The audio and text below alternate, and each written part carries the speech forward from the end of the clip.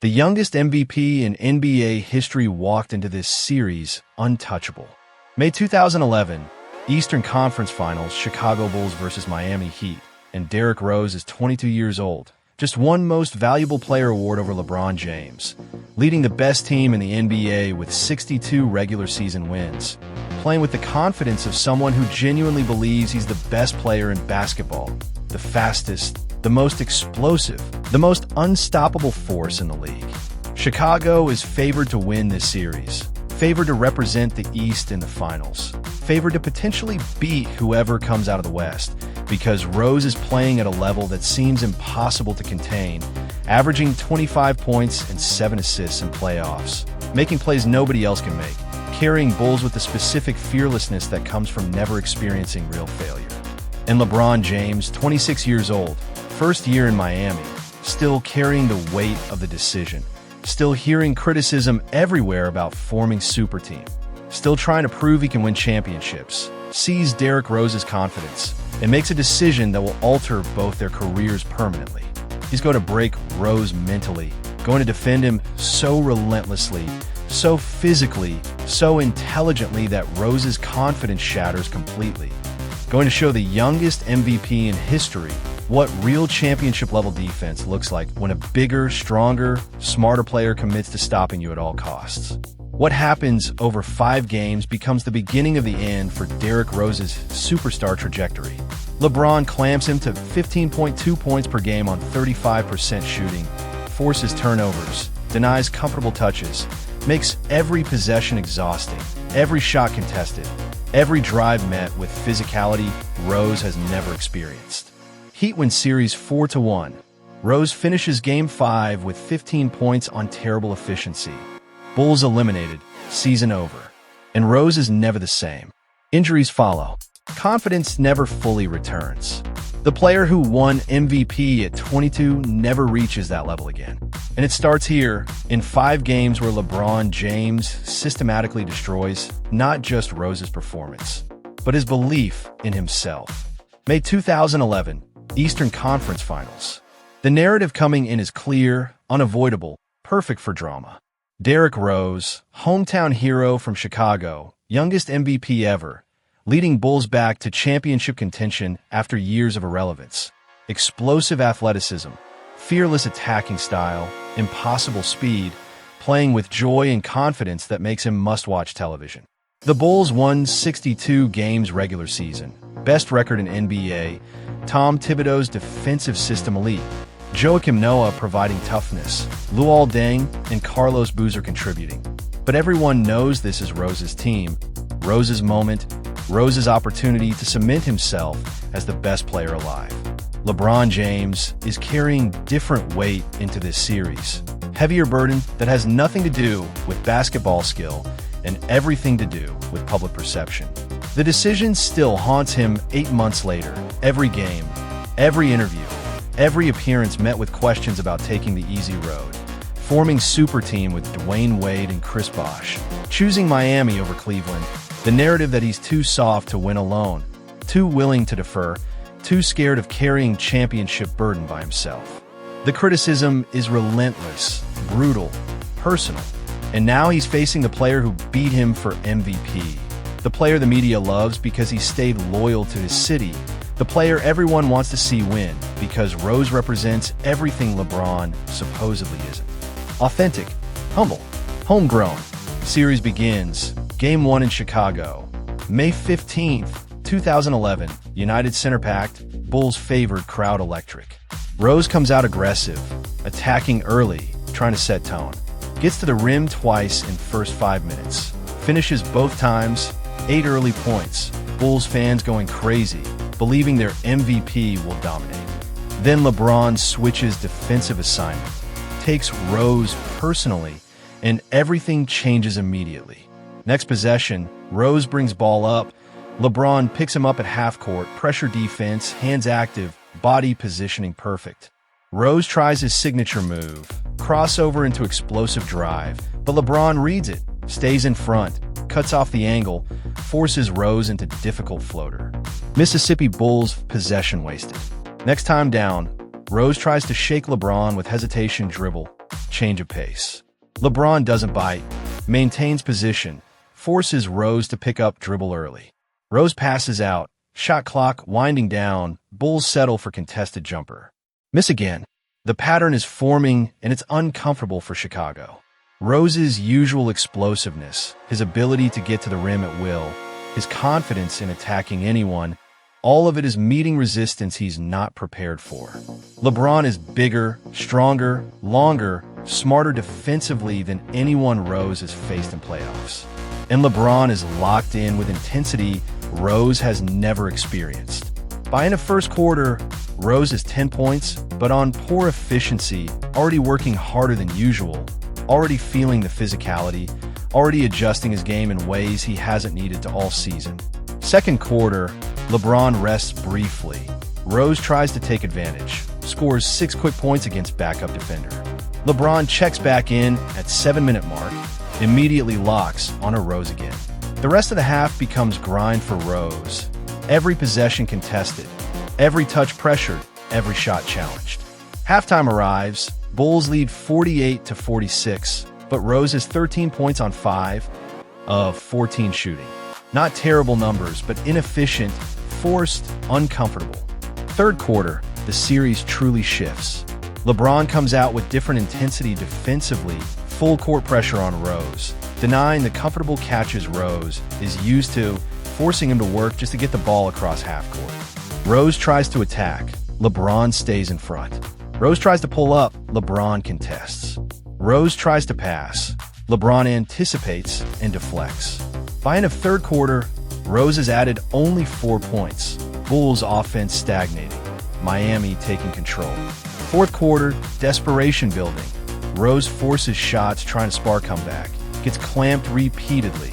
Finishes game 1 with 23 points on 9 of 23 shooting. Bulls lose 103-82. 21-point blowout. Rose's worst efficiency of playoffs. Post-game, Rose is asked about LeBron's defense. He's physical. Long makes everything difficult. We'll adjust for game 2. But the concern is visible in his expression. The realization that this series won't be like previous rounds, won't allow the easy attacks and comfortable rhythm Rose is used to. Game 2, 2 days later, May 18th, Chicago. Bulls must even the series, must protect home court, must get Rose going.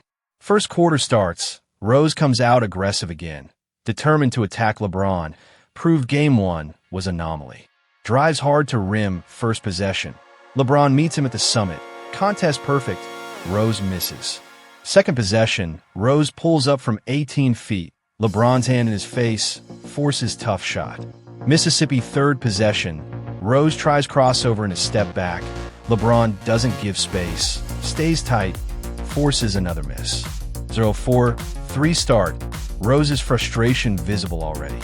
By halftime, Rose has 9 points on 3 of 11 shooting, struggling massively to create separation, to get clean looks, to find the explosiveness that defined his season. LeBron is playing him perfectly, using size advantage to absorb contact on drives, using length to contest jumpers, using intelligence to anticipate moves before Rose makes them. Third quarter, Rose tries everything, isolation after isolation, trying to break through, trying to prove he can score on LeBron. Gets clamped possession after possession, finishes with 4 points in the quarter, 1 of 6 shooting. Fourth quarter, Bulls down 15, Rose in desperation mode, forces even more, gets clamped even harder. Final stats, Rose 13 points on 5 of 15 shooting. Heat win 85-75, 2-0 series lead. Series shifts to Miami for games 3 and 4. Rose's confidence is visibly shaken now. Body language different, attacks more hesitant. The fearlessness that carried him all season replaced by caution born from 2 games of getting systematically shut down. Game 3, May 22nd, American Airlines Arena. Rose starts slow again.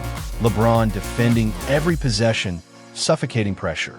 Rose finishes with 22 points, but on 7 of 20 shooting, inefficient, forced, nothing coming easy.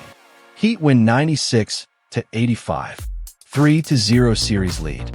Game 4, elimination game for Bulls, May 24th. Rose fights desperately, plays with urgency knowing season is on the line, scores 25 points, his best game of series. But it's on 10 of 25 shooting, still inefficient, still forced, still unable to get comfortable against LeBron's defense. And critically, LeBron dominates offensively, 35 points, exposing Rose defensively, making Rose guard him on the other end, which drains Rose's energy even more. Heat win 101-93. 4-0, sweep complete. Bulls eliminated. Wait, actual series went 5 games, not sweep. Game 5 back in Chicago. May 26th, Bulls fighting to extend season one more game. Rose playing with desperation. Home crowd trying to will them forward.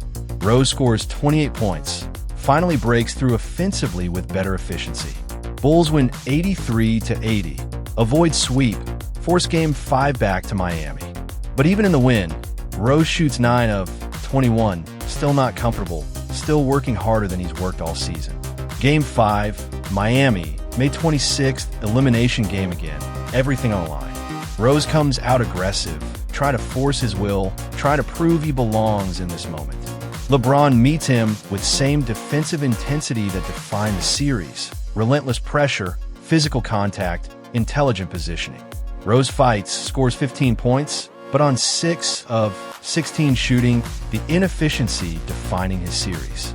Heat win 83-80, series over, Bulls eliminated. LeBron finishes with 28 points, complete control both ends.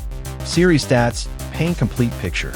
Rose, 15.2 points per game on 35% shooting, worst playoff performance of his career.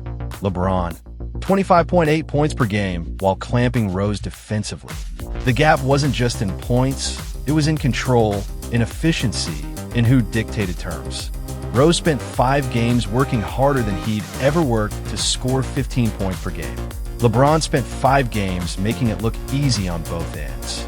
After series ends, Rose sits in Chicago locker room processing elimination, processing the way LeBron systematically took away everything that made him MVP, processing the realization that he's not ready for this level yet. Reporters ask about the series. Rose is professional but defeated. They were better. LeBron was phenomenal defensively. I couldn't get comfortable, couldn't find rhythm. This is learning experience. We'll be back. But something is different in his voice. Confidence shaken in a way it wasn't before this series. LeBron is asked about defending Rose. Derrick is special talent. Explosive. Fast. Young. But this is playoff basketball. Championship level intensity. I wanted to make him work for everything. Make him uncomfortable. Show him what it takes to win at this level. He'll learn from this. He's young. He'll get better. The words are respectful, but the underlying message is clear.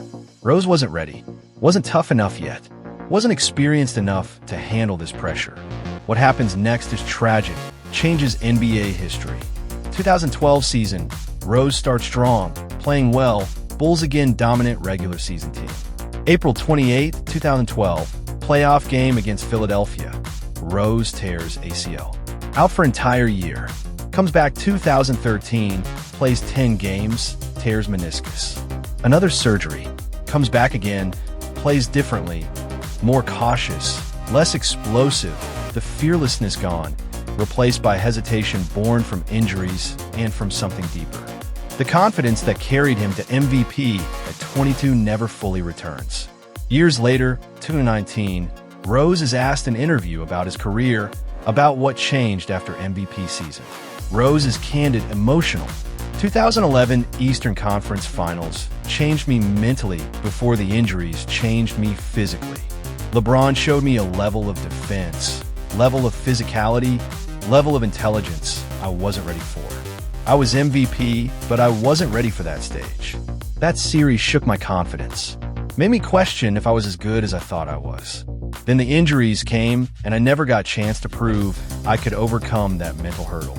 Sometimes I think about what happens if we beat Miami that year. If I prove I can perform against LeBron at that level, maybe the confidence stays. Maybe I approach the next season differently. Maybe everything changes. The interviewer asks if he thinks LeBron broke him mentally. Rose pauses, considers. He didn't break me with intent to hurt me. He just showed me I wasn't ready. And I never got a chance to show I learned from it because my body broke before I could prove my mind was stronger. May 2011, Eastern Conference Finals, 5 games. LeBron James clamps Derrick Rose to 15 points per game on 35% shooting. Systematically destroys Rose's confidence. Shows the youngest MVP in history that talent without experience is just potential. Rose never recovers fully. Injuries derail career. The explosion and fearlessness that won him MVP at 22 never returns. And it starts here in this series, where LeBron's defense doesn't just stop Rose from scoring. It breaks something deeper that never fully heals. That's not just dominance. That's career alteration. And Derrick Rose spends the rest of his career knowing he never got a chance to prove he could rise to LeBron's level because his body failed before his mind could adapt.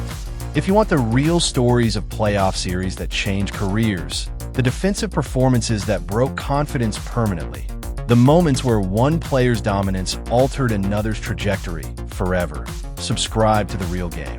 We break down the series that defined and destroyed legacies. New stories every week. This is where potential meets reality and reality wins.